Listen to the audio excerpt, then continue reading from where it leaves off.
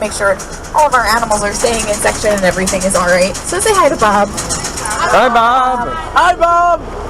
Bob the Builder. Can't wait. Alright. Can't wait. Alright, now this is actually the section we're going to be exiting through, so we're going to see some of these guys a little bit later, but we have babies over here. Look at the babies in the nursery section, and these are our baby Oodad, and they're my favorite babies. They're just so cute when they're little. We're going to see the male Oodad coming up a little bit later, so I'll talk about them. We also have our female herd of black buck, and again, we'll see the male black buck coming up a little bit later, so I'll talk about them then. And our first section of the safari will be the Americas, where we're going to see animals from both North and South America. Oh, wow.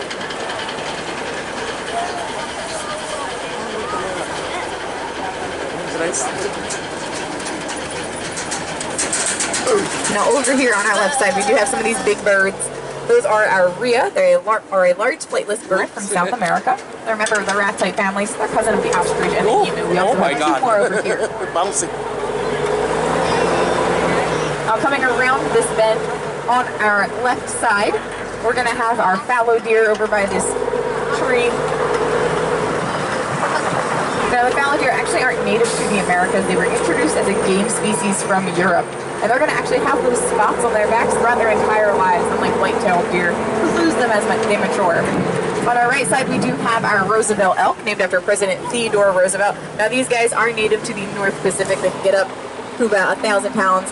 They are one of our two antlered species here at the safari. The fallow deer were our second antlered species. Antlers are going to fall off once a year after the rut or the mating season, and then regrow in the springtime. Now, antlers, when they're growing, are going to look a little bit fuzzy. That's because they are covered in a layer called velvet that helps to supply blood flow to the growing antler. And then that will start to fall off as the antlers get ready to fall off after the mating season. Hey guys, now coming up on both sides of the truck, we're going to be able to see our American bison. Bison are the national land mammal of the U.S. These guys actually almost went extinct due to westward expansion through the U.S. But thanks to our national park system and conservation efforts, they have made a tremendous comeback, and they are doing quite well. Their population in the wild does range up to about 20 to 30,000, and their population on farms and ranches ranges into a few hundred thousand. Now, both male and female bison are going to have horns. The males are going to use them to compete for the females, while the females would use them to protect the babies. Coming up on our left, we do have some more rhea. The male rhea have that dark black ring of feathers around the base of their neck, and the males are actually going to do all of the incubating of the eggs. Oh, wow. The eggs, and the males will sit on them for about 40 days. And then again, we have some more fallow deer. Are those us? What is that? Now this white rhea over here is not albino. It's actually something called leucistic. So leucism is a form of albinism. If you're albino, you do not produce any pigment. You're going to have a red or a pink eye. If you're leucistic, you can produce melanin, and you're actually going to have a blue eye. And our next section that we're heading into will be Africa.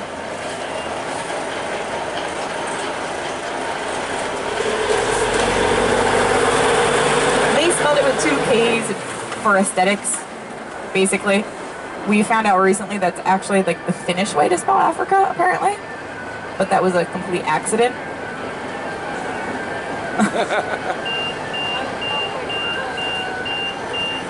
Whoa. It's closing. So the line don't withstand.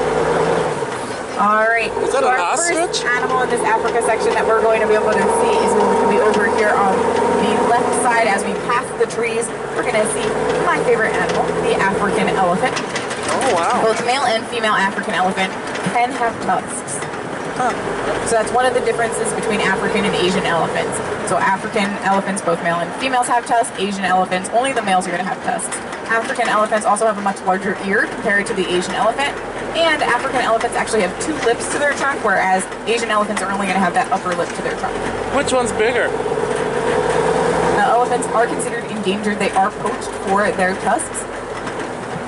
There is currently an international ban on ivory trade, which has helped them a bit, but we're always looking for more ways to help them. They are important. They're what's known as a keystone species. So that means if elephants were to go extinct, it would greatly impact their environment as well as the animals in it.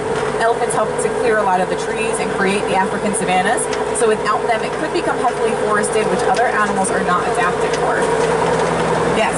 Which one's bigger, Asian or African elephant? I don't know the exact size of the Asian elephant. I believe the African elephant is larger though. African elephants stand at about 12 feet at shoulder height and they weigh about 14,000 pounds and they are the largest land mammal. So I know they're bigger, but I don't know, yes. How old do they get? So African elephants can get up to about 60 to 80 years old. Their age is actually correlated with their teeth, so they have marching molars, so as their front molars wear down and fall out, a new set will move into its place. They have 6 sets of molars. Oh, wow. Unfortunately, once they run out of molars, they can't eat. So now coming up on the right, we did have some of our zebra, but we're going to see some more over here, as well as our Asian water buffalo. Now the Asian water buffalo are not from Africa, they're from Asia. But the ponds in this section of our safari are a bit deeper, and they do prefer those deeper ponds, so this is just where they found their home in our safari. Asian water buffalo have a really unique ankle joint called a fetlock, so it's very flexible because they're going to be walking on very uneven ground, very soft, muddy ground. This is zebra. These are Grant's zebra. Zebras form groups called dazzles. They actually group together because it confuses and intimidates predators, so predators can't really tell if it's one giant animal or multiple smaller. It's very hard for them to target one animal from another because of all the stripes going in different directions. There are also what we call precocial, so the babies are actually able to stand and run quickly after birth. Baby zebras can stand up 20 minutes after being born, and they can run away from predators about an hour after being born. So that's a huge advantage to have over other antelope and other savanna species.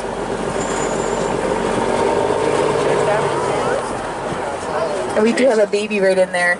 You can kind of see it. Oh, yeah. I see. Now coming around, we are going to be able to see our white rhinos over here on the right side. Now, rhinos are endangered. They are often poached for their horns, which are then ground down and used in traditional Eastern medicine. Their horns are actually made from keratin, which is the same material that our hair and our nails are made from. Now, rhinos do not have a true horn. So a true horn, like the Asian water buffalo, would mean that if the horn were to break off, it cannot regrow. Rhinos can regrow their horn as long as the root is intact. Their horns will be unique to each rhino because they're actually going to file them down into whatever shape or sharpness is most comfortable for them.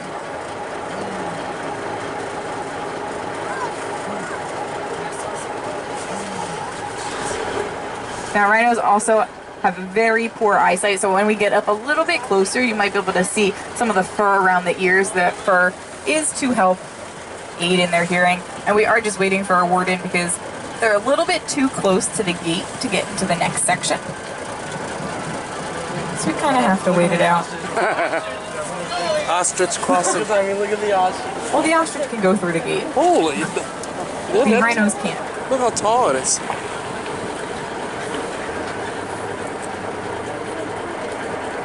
Oh, that's a rhino right there. Look at it. Is the ostrich the fastest bird on the... I'm sorry, what was Are that? they the fastest land bird? How fast do they go? Oh, are they the fastest? Are they the rhinos or the ostrich? Ostrich. The ostrich are the fastest running bird. They're not the fastest thing we have in safari, but they can run at a sprinting speed of about 45 miles per hour, a distance jog of about 32. And that over there is a male doing a mating dance. Oh, I was wondering what he was doing. There's a female on the other side. Yeah. If it's really quiet, like if the trucks aren't going and everything, you can actually hear it because he actually whacks his head like on his body. And he's doing it to the female that's on the other side. Oh, In she's the other over there. section. So the female's the dull color one. Oh, there they go. And there's another male on the other side.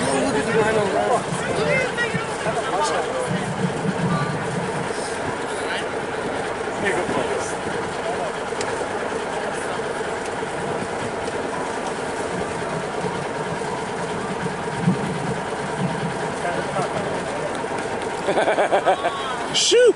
shoot. He's stubborn.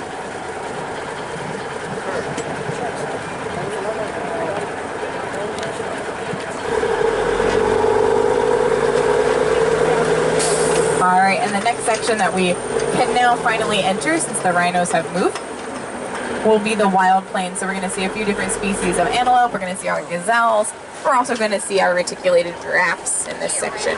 Giraffes. Wild plains. The plain, the plain.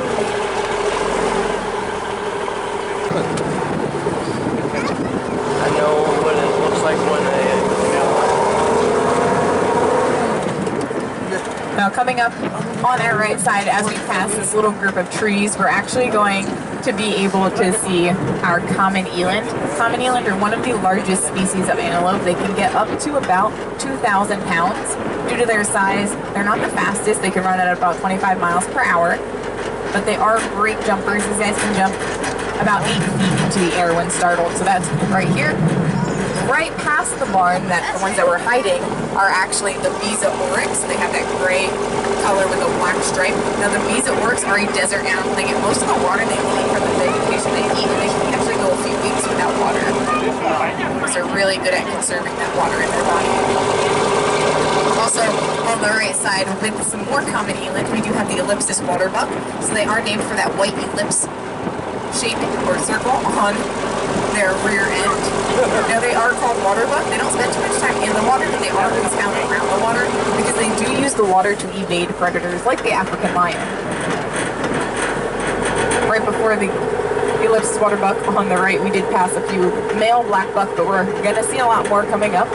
On our right side, we do have our Dama gazelle. They are the largest species of gazelle, and they are critically endangered due to habitat loss. So we are taking their territory away from them. We are destroying the plants that they eat. And now, coming up, we are going to be heading up to the giraffes. Now, just a quick reminder, we cannot touch the animals, so the giraffes might come pretty close to the truck. If they do not reach out to touch them. They do have long, powerful necks, so we don't want them to swing. Now, these are reticulated giraffes. The female giraffes can get up to about 16 feet tall, while the males can get up to about 18 feet tall. They do have the same number of vertebrae in their necks as we have in ours, so they have 7 vertebrae in their necks, but their necks are about 7 feet long. Their legs are about 6 feet long, and the females will give birth standing up, which means that the babies are going to drop about 6 feet to the ground when they're born. Oh, he's tall. Oh. And that is Bridget. Hi, Bridget. Oh my God. Oh my. Hey there. Oh wow, how close they come to you. Oh, hi, hi, right there. Hi. Hi. Now, giraffes have what is called a parallel gait, so both legs on the same side of the body will move together. Now, these guys over here on the right are the scimitar horned oryx. They actually have a really cool story. They went completely extinct in the wild. And last year, or 2 years ago, sorry, a herd was released into Chad. That herd has had some babies the past few years, and those were the first babies born in the wild in over 30 years. Wow. Now, they are named for that horn shape, so it is shaped like a scimitar sword. And they are a cousin of the Visa oryx as well, so they're a desert animal, really good at conserving and reusing the water in their body. Now, this next section, or part that we're heading up to, this would be camp. This is where we would stop, but again, unfortunately, it is under construction at the moment, or renovations. But it should be open in about 2 weeks, so I urge you guys all to come back and check it out. We do have some really cool things up at camp. We do have giraffe feedings at camp. We have all of our reptiles up here at camp, so if you like snakes, lizards, tortoises, they're all up here. As well as a lot of our parrots, a few different species of post dog, our owls.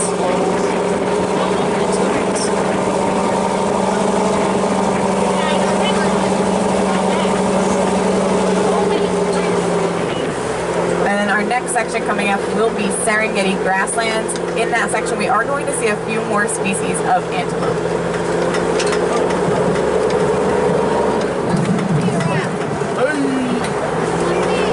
Yes. Yes, we are going to see lions.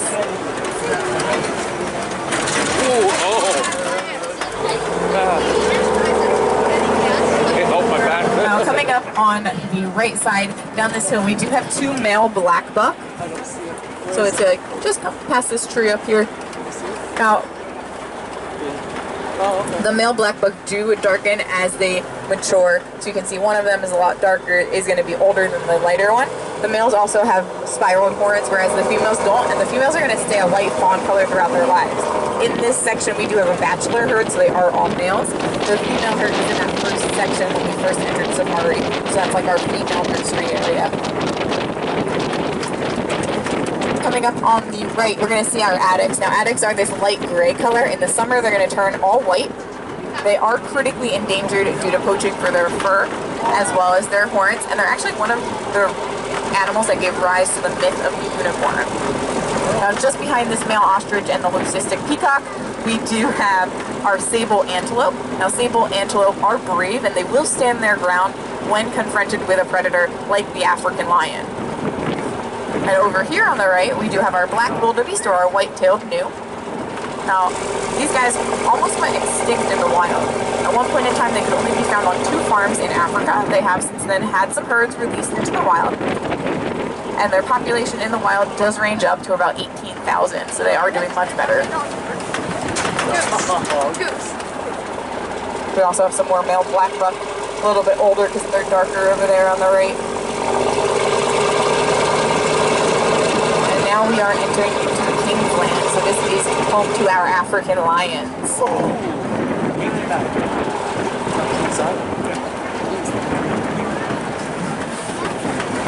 Now, lions are a very social species of cat. They're actually the only social species of cat. They live in families called prides. Now, real quick, before we talk about the lions a little bit more, on the left side, we do have some of our Oodad. Aw, you heard his foot.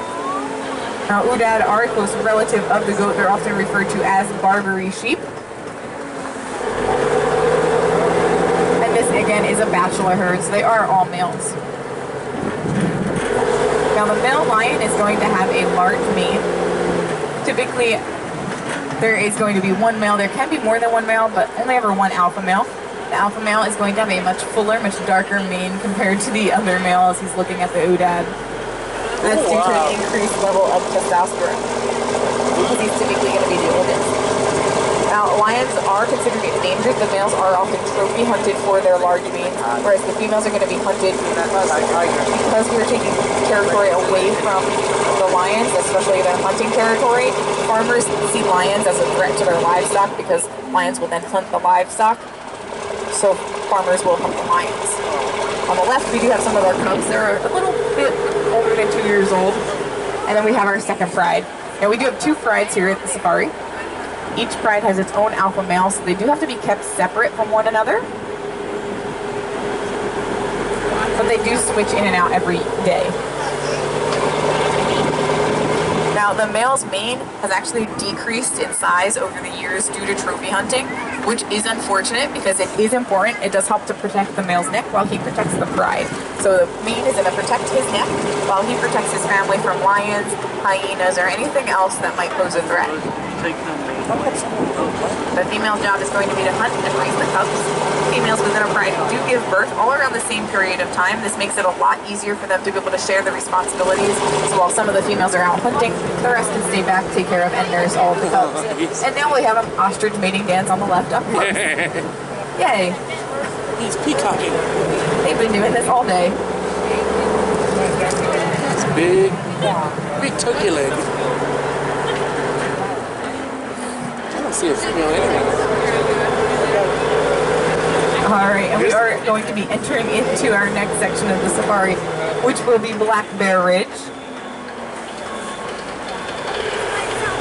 Now, black bear are smaller and more docile than other bear species, so they are free roaming in this section. Just make sure you're keeping everything inside of the truck.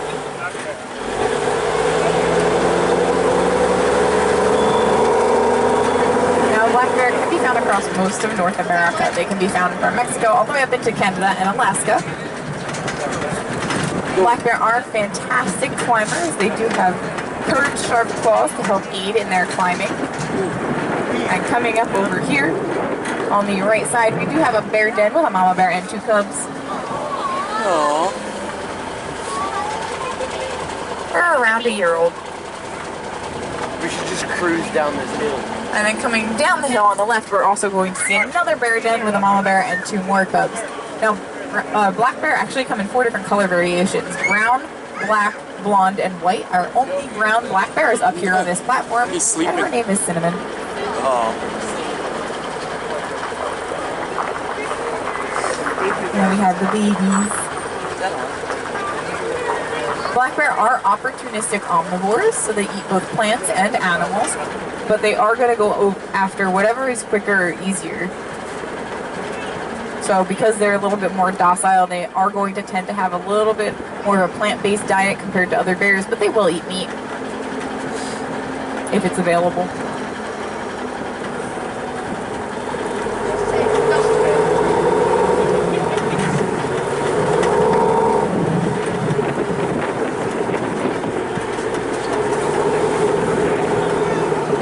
And then as we come out of Black Bear Ridge, we do have another gate guard over here on the left, so make sure you're saying hello to him.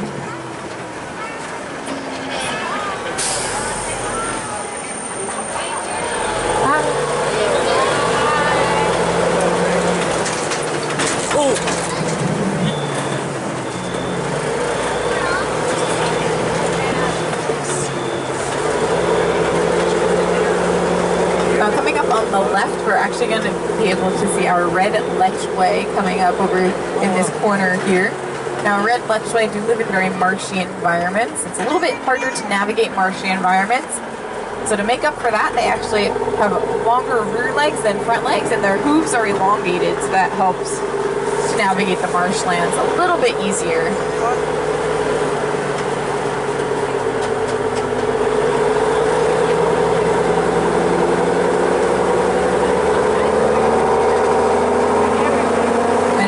Section that we are going to be entering into will be Terra Ursus, home to our European brown bear. As we enter into Terra Ursus, we are going to have Tom, our gate guard, over here on the right, so make sure you say hi to Tom. Hi, Tom.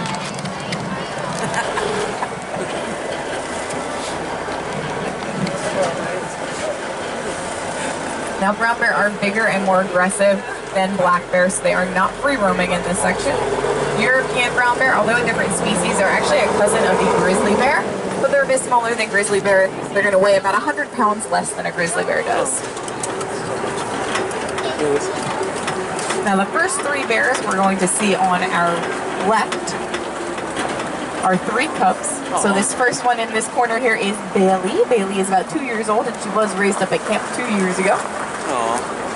And then as we come back a little bit farther, pacing over here, we have Hollywood and Bones. And they're about 3 years old. They were raised at the camp 3 years ago.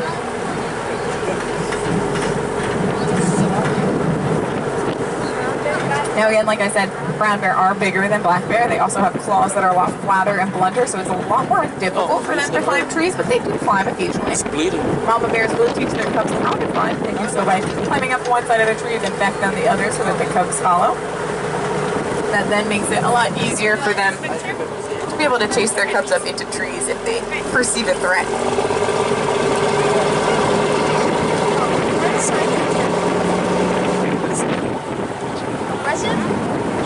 Now, brown bear, like black bear, are also omnivores, but they are a much more active hunter. They're, again, more aggressive. Their claws are more well-suited for hunting and fishing, so they are going to have a lot more meat in their diet than a black bear typically would. Now, bears do hibernate, so every fall when food becomes scarce, when it becomes a lot cooler, the bears are going... Oh my goodness. What's he doing? The bears are going to eat a lot of food in the fall and then take a long nap for hibernation. During hibernation, the bears do not eat, drink, or go to the bathroom. Mama bears do give birth during cubs, or give birth to cubs during hibernation, and the cubs will nurse throughout hibernation into the springtime when that guy's sleeping with his leg up. So the cubs during hibernation are going to create a humming noise to help stimulate milk production in the mom. See that teddy bear sleeping with his leg up? Brown bears are probably the best sleepers because they find the most weird positions. Like And right there we do have a few cubs and their mom. They're about 2 years old as well. You look like a human being.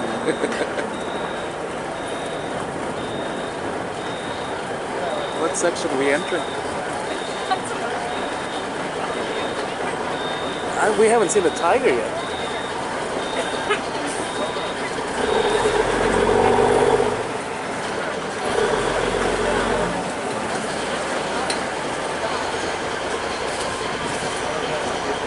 All right, and this section is going to be our New Jersey Protected Wetlands.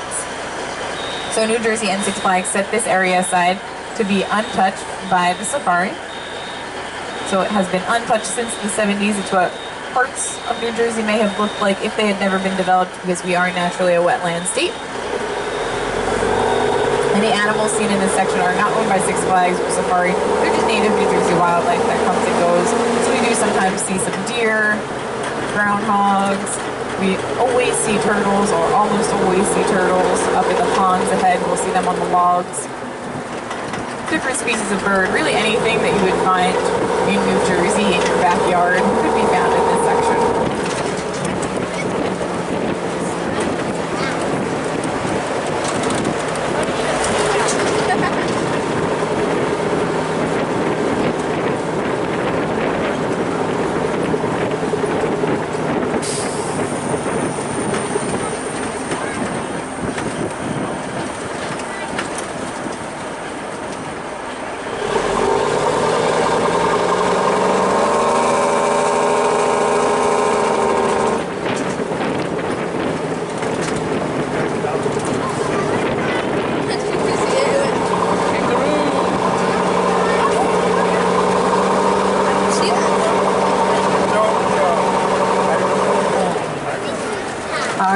Section coming up is going to be Didgeridoo Pass. This is the Australian portion of the safari. Do you guys know what a didgeridoo is? No. It is an Australian wind instrument. And we are going to be heading in just a little bit. We just got to get someone to come move the emu from the gate.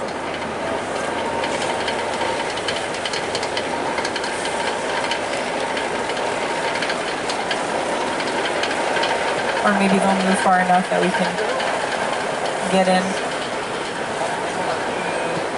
Where do you guys keep these animals during the wintertime? In the wintertime, they are kept in the barns. So the barns are all heated. Our warden staff is on staff all the time. There are wardens that work throughout the winter. There are even some of the camp staff will work throughout the winter and take care of like all of our snakes and lizards and everything throughout the winter time. So everybody does have a house. A lot of the animals honestly go to bed at night in their barn anyway. So like the elephants every night. So starting at like 4:30 or something today probably, the elephants are going to start to line up at their gate because they know it's bedtime and they go to their barn every single day. Oh. And same with the rhinos, they start to line up at their gate. And during things like hurricanes and everything, the warden staff will spend the night here. A lot of the barns do have cameras in them and everything so that we can keep track of the animals throughout the night as well. We also have one of our wardens actually lives on site, so he has a permanent residence on Six Flags property, so he is here all the time. Thank you.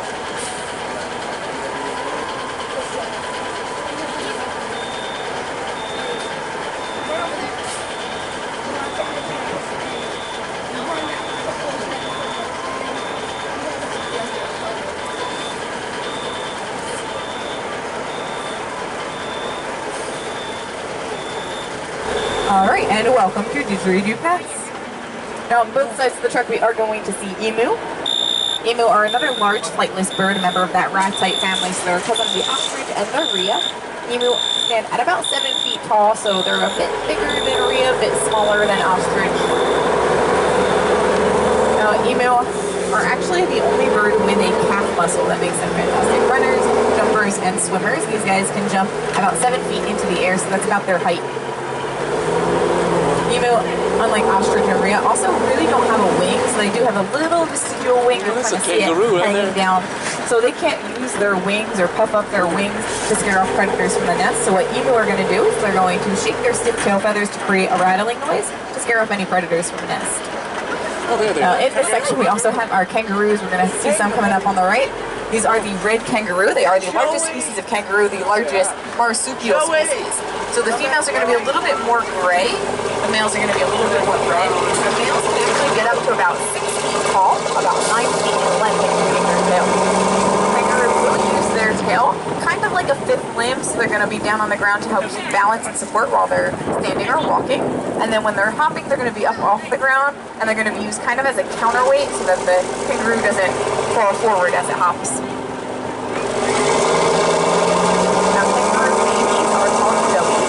Joeys are born after 1 month of gestation, so they are born premature. They're about the size of a lima bean when they're born. They are bald, deaf, and hairless. They're going to use their strong arm muscles to climb up into the pouch, where they're going to continue to develop and nurse for several months. For the first 6 months, they live inside of the pouch. After that, they poke their head out. They start to live in and outside of the pouch for another about 3 months until they feel fully comfortable living outside of the pouch. All right, and we are entering into our final section of the safari, Tigris asiana.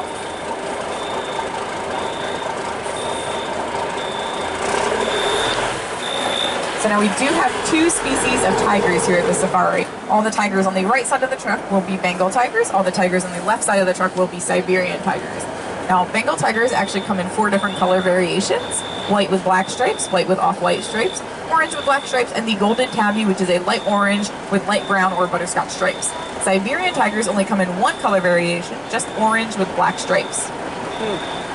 Now, our first Bengal tiger coming up on the right is going to be a white tiger with black stripes. White tigers are a lot more rare in the wild. They do have a much shorter lifespan because it's so much harder for them to camouflage. They're going to be easily seen by prey as well as poachers. White tigers, though, are typically a little bit larger than orange and black tigers of the Bengal species. Tigers are typically solitary cats.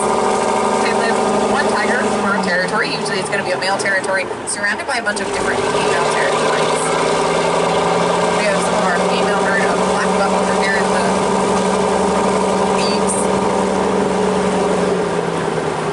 Now coming up, our next 2 Bengal tigers are going to be another white and black Bengal tiger as well as an orange and black Bengal tiger. So the white and black Bengal tiger, again, is typically a little bit larger than the orange and black Bengal tiger. So here's the orange and black right here, and then the white and black is right there. Now tigers will not chase prey. They typically give up after 1 or 2 pounces, but they will almost always follow prey into water because they do have webbed paws, so they have an advantage. Coming up on the left, we actually have a unique pairing. We have Zuri, our lion cub, and Nadia, our Siberian tiger cub. They are both 2 years old. They'll be 3 in November. And they were raised together. They were the only members of their litter. So although tigers are solitary cats, they're loners, unlike lions who are social, cubs do need another cub or a sibling because that's how they learn. That's how they learn how to protect themselves. That's how they learn how to play. That's how they learn how to hunt. They learn how to be a cat from their siblings. To the left, we're going to have some more Siberian tigers, a few adults. We have Noah and Spot.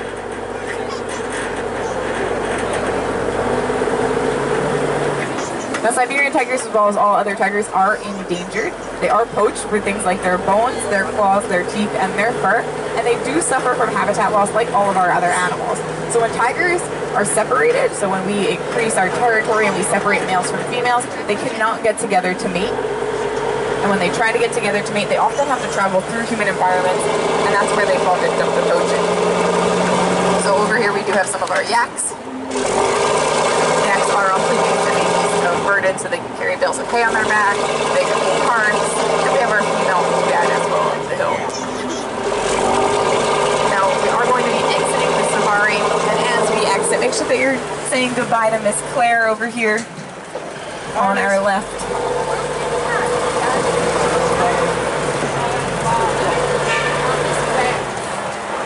Bye, Mom!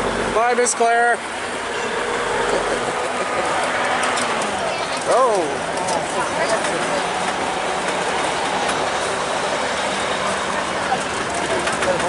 All right. And how was your safari trip today? Was it good? Very good. Yeah? Awesome. You did an excellent Do you guys job. have any favorite animals? King of Cause, that's Rams, the line. lions, everything. The peacock. The leucistic one, the white one, or the normal one? The normal one. Does anybody have any questions about Safari or anything? Is that the tiger that rides name after? Is he still alive? I'm sorry, I can't hear. King the Kai, is he still alive? The tiger. The tiger. That's the ride's name after. The tiger is in. I'm the- sorry, I have horrible hearing. Okay. The ride that's named Oh, after the rat, the tiger. Bizarro? No, King the Ka. Oh, King Ka. Is he still alive? Yes, we do have Ka. He's just not out today. So Ka is with Reina. They are both our golden tabby tigers. So Ka and Reina actually switch with Balin and Hera. So Balin and Hera are the two Bengal tigers that are together, the white and black and orange and black. So they're out today. Reina and Ka were out yesterday. They'll be out again tomorrow. So they just switch back and forth. All right, just make sure that you guys are remaining seated, buckled in until the gate on our left is all the way down when we pull into station.